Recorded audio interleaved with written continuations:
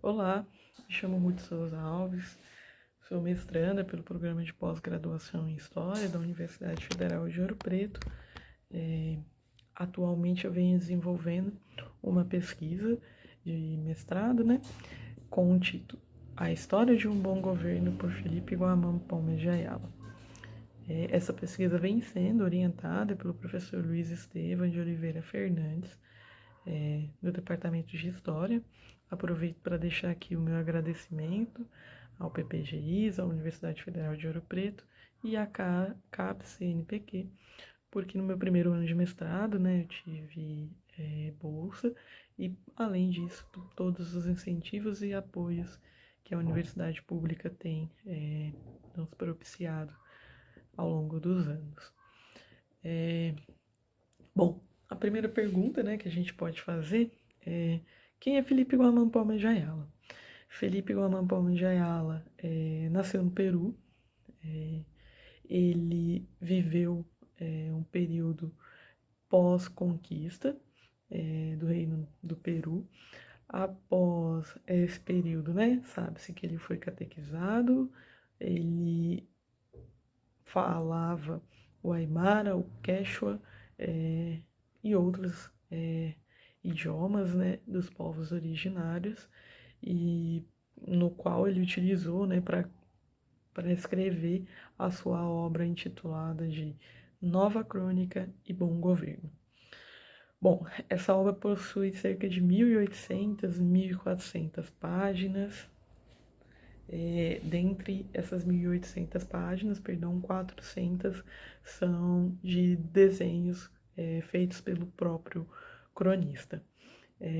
Felipe Guamán Palma de Ayala escreveu essa obra e endereçou ela em 1615 ao rei Felipe III. Entretanto, a gente não tem ciência, notícias se essa crônica chegou ou não ao rei Felipe III.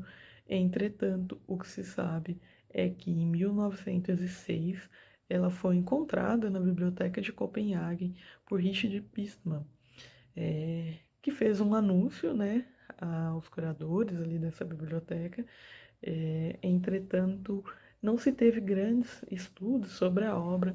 Somente em 1912, quando Richard Pistman retorna e anuncia num congresso na Inglaterra sobre a existência dessa obra.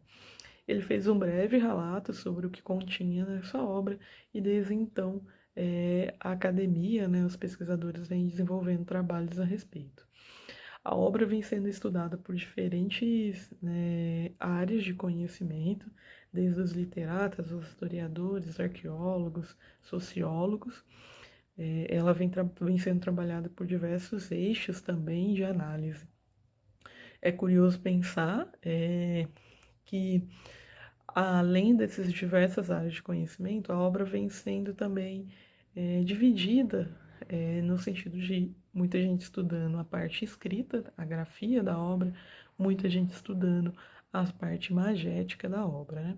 A parte imagética chama bastante atenção porque ela propicia muitas análises sobre o mundo andino, essas imagens compõem hoje em dia livros de ensino básico, entre outras fontes assim de estudo na atualidade. Bom, a primeira pergunta, então, que eu resolvi fazer aí para essa obra é: o que seria um bom governo para Palma de Ayala? Ele, já no título da sua obra, esclarece, que está se propondo a fazer, a história de um bom governo. Dentro disso, a gente se questiona o que seria esse bom governo para Palma de Ayala. Nós temos duas hipóteses.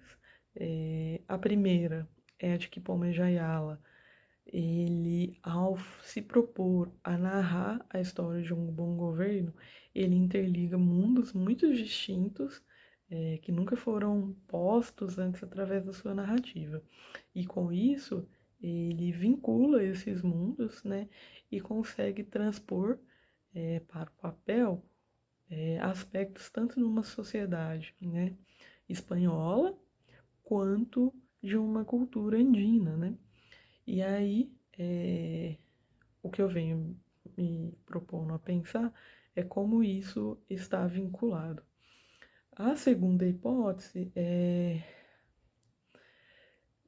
de que ele dominou código de linguagem e códigos culturais dos estrangeiros, né, no caso aí dos colonizadores, para sugerir um bom governo.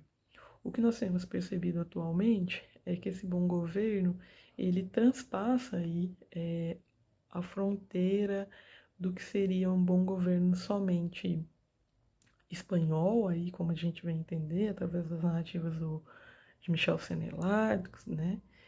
E ele ascende ali numa cosmovisão andina. Então, com o bom governo que ele propõe, ele tenta restaurar um bom viver, um bem viver de uma visão andina. Então, os conceitos de reciprocidade e redistribuição, eles são muito comuns na narrativa do Paulo Joyala. Para além disso, é interessante perceber que ele constrói, através da sua narrativa, denúncias sobre essas estruturas de governança que estão se formando no período colonial. Dentro disso, ele também cria para dentro da narrativa aspectos que fazem o leitor entender de que talvez seria ele a pessoa mais qualificada no momento para fazer